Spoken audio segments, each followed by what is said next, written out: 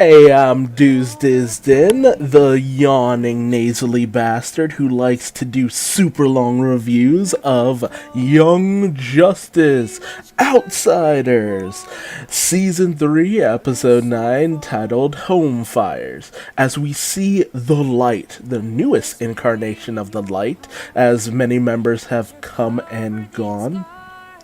But we see them discussing planning an assassination attempt. So we'll see more of that in a little bit. But they then cut to Rimbor, where we see Lobo, the main man, stomping his way through the city streets. He is contacted by a codec who imbues him with a contract, which he immediately accepts to take someone down. We then cut to Cat Grant at the opening of the new Meta-Human Youth Center. And I love this little moment where we see Iris and Dawn and Dawn, the Tornado Twins, children of Barry Allen, the Flash. And I love her little comment of, oh, well, she gets to, report on this whole situation. You have twins, and then nobody seems to know who you are, which is hilarious because, once Iris kind of had her children, that seemed to kind of be the end of it. She just became a stay-at-home mom, which is a little bit disheartening. But, nice little bit of characterization for her there.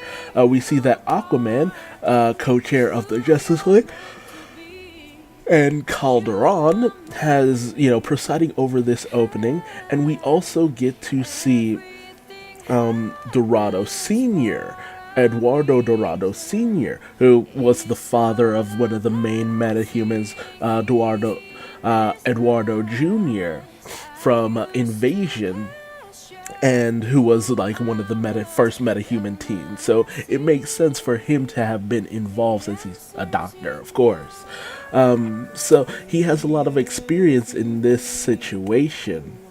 And we even see Mist and Livewire being accepted into it because ultimately they're not bad people, they're portrayed as victims ultimately of the metahuman trafficking situation. And it's good to see a few of the metahumans who were, first metahumans that were created by the Reach just being, some of the counselors for this new institution. A nice little bit of continuity. It's also nice to see that Bart Allen is living with Iris, keeping a handle on the Tornado Twins, because ultimately they've gotten their father super speed. So having Bart around helps keep up with these little speed demons. We see that Mara has come in with her son Artur in this continuity. Usually he's just called Arthur Jr. And in recent series, he's actually managed to live up into being like a teenager, preteen kind of thing. Which is hilarious, because in his original incarnation, he died as a baby. He was killed by Black Manta. So to see an incarnation of Arthur Jr., in Batman Brave and the Bold, he lived to be a teenager. Here, he's lived to be at least 10 years old. No, wait. No, he would be about 7 or 8, actually, by this point. Maybe 10? Because I think Mara was pregnant during the first Young Justice series. I don't know. I have to go back and look into that. But it's a nice little bit of something. It's just like he's older since some of the characters who have managed to outlive him. It's so weird to see. But it's a nice little thing to have. Just a continuity where a really horrific thing did not happen to a little baby. We then cut to an unknown person observing and counting how many people are set to arrive to this little get-together. We then cut to Connor, Forager, and Brion listening to G. Gordon Godfrey, which, I love Connor's explanation to Megan later, where it's just like, it's good to see how the other side thinks about us. But If you didn't know, G. Gordon Godfrey in original continuity is a preacher of hate for Apocalypse. And of all people, he's meeting with Gretchen Good, Granny Goodness, which, if you didn't know, is also an agent of Apocalypse who helps raise people in order to fight for Darkseid. So it's just like, yo, come on! Like, there's so many people who are in league with the light, just sprinkled throughout the world, just controlling things. And G. Gordon Godfrey is trying to kind of bash her good goggles, the VR headsets that we've seen going around, and I still am under the assumption that it's some kind of ploy, because it's Granny freaking Goodness. Like, it's even more obvious now that I know she's involved with it. It's just like, evil! Cut to that image of friggin' Mermaid Man just screaming, evil! But Granny kind of deflects all of G. Gordon Godfrey's biting remarks, just saying she's partners with Bruce Wayne and the Wayne Foundation, how they're trying to do good and, help give to these metahuman facilities and all that good stuff. So, man, these guys are in every facet of human. I love the intricacies of all of this. It's like an event comic, but because it's animated, you don't have to wait too long to get all that goodness, that plot goodness. It's just so interesting. And like I said, McGann's just like, why do you watch this filth? We then find out that Snapper Carr has become the head of Happy Harbor High, the principal. So it's a nice little bit of continuity there, where they originally went to Happy Harbor High and now he's the principal of Happy Harbor High. It's just so fascinating. And apparently McGann also works there as a teacher. So that I was wondering how they pay the bills here, because I don't think Connor does, Connor's motorcycle maintenance kind of thing really does too much to help pay the bills that keep the lights on. But a teacher's salary, that's a fairly good pairing overall. We then cut to Brion, who is still keeping tabs on everything that goes on in his home country, of course. Like, you're not gonna just, the prince of a country is not just gonna stop keeping up with what's going on back home, where we see that, Gregor is, trying to keep a lot of the refugees there to keep them protected and safe, but in terms of the metahuman situation, they're not trying to, open that up at the moment. They're trying to just help these refugees as best they can. I also love this little moment where we see, Arthur Jr., Artur, Leanne, Anissa, Jennifer, Pierce. It's so weird having seen them in the Black Lightning CW series where they're all grown and stuff. But here it's just like they're so aged out, which is a thing that keeps happening, honestly. In the comics, they were grown-ass people, and then you got to stuff like the Black Lightning animated short for DC Nation, where they were, teen, preteen, and they're even that in the DC Superhero Girls story. And now they're just little kids, basically. It's not even 10 years older, I don't think. So it's just very fascinating. And Lynn actually asked the $1 million question to Will Harper about the fact that he and Huntress, because they're living together, it's kind of like, is there something going on between the two of you? What's going on there? But Will vehemently denies it. I also love the fact that Artur is reading a Blue Falcon and Dynamite comic. Oh man, Blue Falcon and Dynamite. That's old school. Y'all youngins don't know nothing about that Blue Falcon. We also see that Rocket is there with her son, which was a thing in the comics. She had a young child during one of her first appearances, so that's a nice little bit of continuity there. And we also see that Bumblebee is actually pregnant, no doubt with Mal Duncan's child, which I'm surprised it's taken so long for them to actually kind of, you know, do the do, but a nice little thing going on there. I love that. Although no confirmation on any baby daddies here, so for the most part, so they kind of keep a little bit of that ambiguous. And we still see the shadowy figure observing everything. And as Dr. Jace comes in to just try to talk to everyone before their training exercise, she does her best to apologize to Brianna and beg his forgiveness. And Brianna acknowledges that ultimately Dr. Jace was a victim and in this situation. However, they are ambushed, which is basically just a training exercise, as you see Nightwing firing off rubber bullets, and Brianna ultimately fails because he's not very prepared for a surprise attack. We then see Red Tornado come in with his adopted daughter, which was a thing in the comics before the New 52. Well, not adopted. He's kind of her stepdad. He married a young woman and, you know, daughter and all that good stuff. So a nice little bit of continuity, and to make sure people don't realize that she's not like an android or anything. They made her of a different racial persuasion here. So a nice little nods to older continuity, which again Greg Weisman always does. He always just loves giving them nods. Them nods, bruh. Where we see Red Tornado send out these little miniature tornadoes to entertain the children. And with their arrival, we see that the figure is almost ready to move. Nightwing kind of chews out Brianna over his unpreparedness, and Brianna's just like, why do we even need training?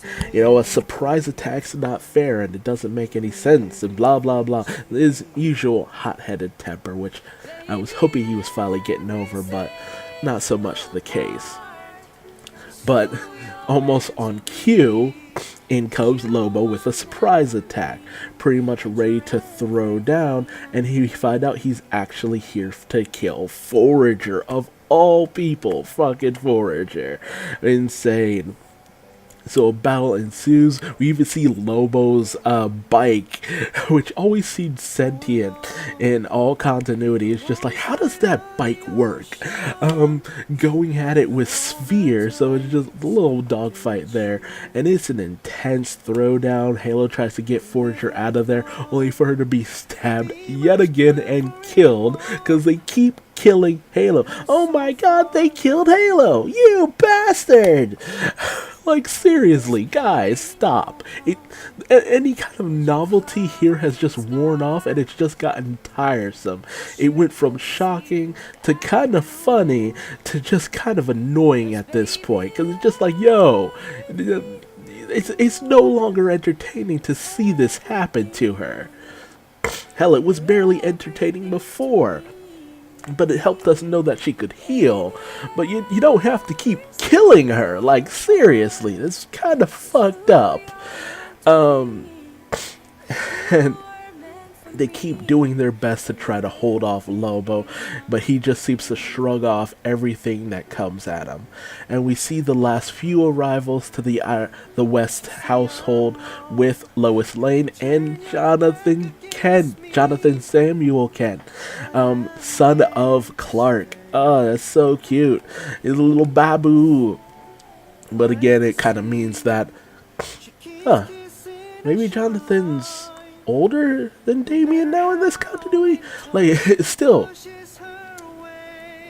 there's gonna have to be a good 10-year time skip to see any of these characters come into their own, but they are really setting up like a new generation of Young Justice should any of this continue, because you got, you know, Thunder, Lightning, the Tornado Twins, Artor, who could one day become the new Aquaman.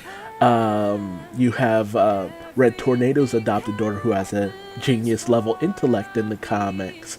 And you have Jonathan, who has superpowers in the comics and New 52 and all that good stuff. And you even have Damien, so it's just like, it's a lot of setup for future characters to come into their own role. It just unfortunately means that a lot of characters are also going to be really old that we know. Like a good 10 years will have to pass, so it'll be interesting to see. But the figure gets ready to move in, and we come to find out it's Orm. Ocean Master, poor disgraced Ocean Master, who we saw his capture if you read the Young Justice comic series, where he tried to overthrow, the crown and all that good stuff. So he's ready to get some vengeance by attacking the families of the super community. But Lady Shiva steps in, very impressed with how much research he's done. He's very much managed to, find out a lot just on his own, doing his own thing. But she kind of cautions against what he's about to do, because as we find out, the Light has known about the families of the super community for some time, and to go in and murder all of them in one place is considered the nuclear option by the Light. For those of you who don't know, by the way, Lady Shiva is the most capable warrior on the planet. She will kick Batman's ass in a straight up fight. In a one-on-one fight, she will beat the shit out of Batman. There are no ifs, ands, or buts about this. You do not fuck with Lady Shiva. Let that be known. She is also the mother of Cassandra Cain, Orphan. So, a nice little bit. It's just like, if Orphan's here in this continuity and series, then of course Lady Shiva's here. It's her mother and all that good stuff. So I like this. But she warns against this. Even the Light is just like, that is the last resort option. We do that if we know that mutual destruction is ensured, because to do this would be to enrage so many superheroes that they will stop at nothing to come after every member of the Light. It will be relentless, it will be vicious, and it will be unstoppable. So they're just like, no, that is the very last option. That's why it's called the nuclear option, because it's just like everyone dies. You do this and everyone dies. But Ocean Master is just like, to hell with this. I was in prison for 6 years. I am going to get my revenge. Which explains where he's been this entire time. Like, literally a year after the initial Young Justice series, he got his ass imprisoned like a dumbass. Or wait, wasn't it Legacy that actually explained what happened there? No, it was Young Justice Legacy, I think it was. God, I gotta rewatch some of this crap.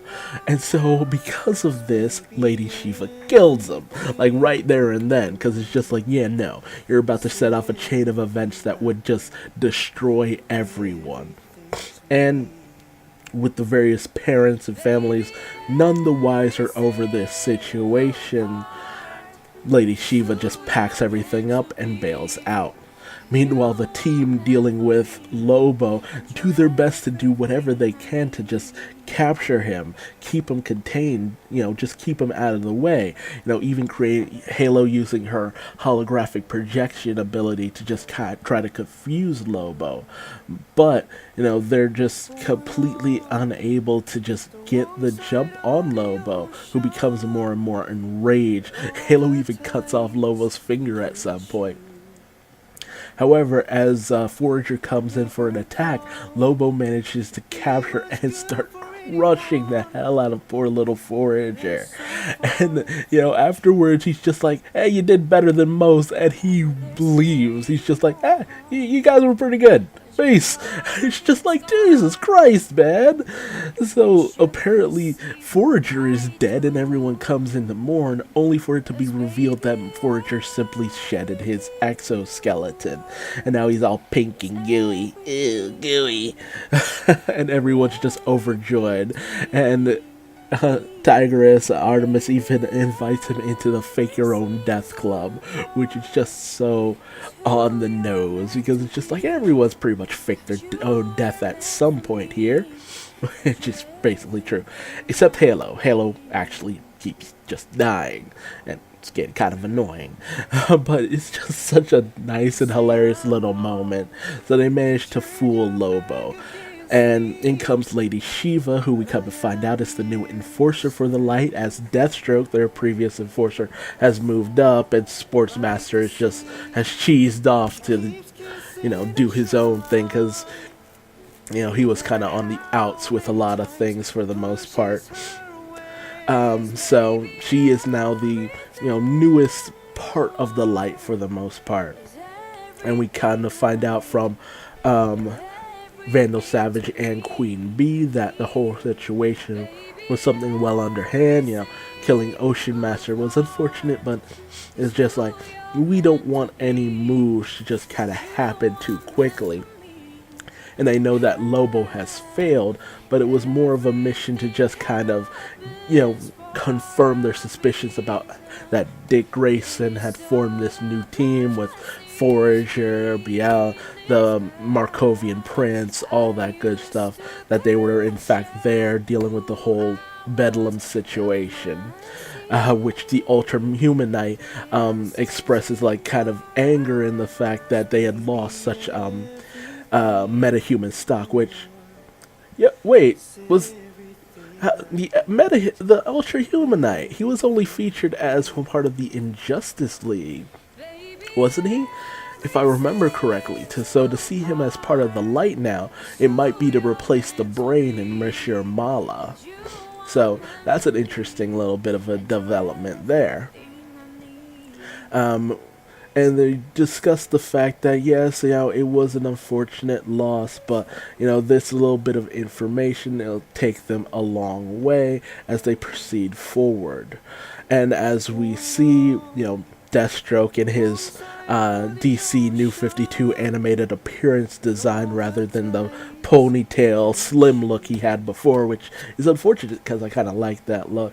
And we see Clarion the Witch Boy and Lex Luthor, and we even come to find out that Granny Goodness is a part of the light, ready to move forward their plans and operations. Evil! And that's that story there. Very good, very nice, very intricate. The light's machinations continue to move forward. They're dubious, they're menacing, and they're ready to go all out on our heroes. Very fun, very fascinating.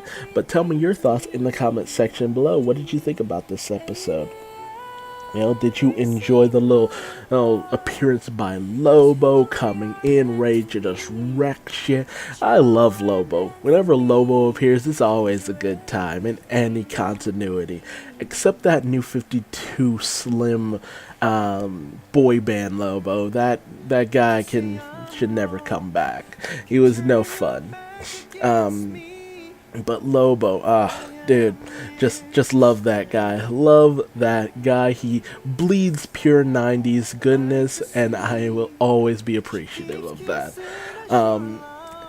But, in contrast to that whole situation with the light and Lady Shiva and Ocean Master, seeing the various families of the superhero community, and how the light already has all the information they need about certain characters, because, in reality, they'd have find out at some point. A lot of these characters are just too smart not to have gotten farther than, their comic book counterparts who only have so much information in in terms of certain situations. So it's just kind of like, of course the light knows a lot of information at this point. They even call out Nightwing as Grayson, so it's just like there's no real secrets here. We play our parts, but just for the greater good of our situation. So, a very fascinating situation. Very interesting.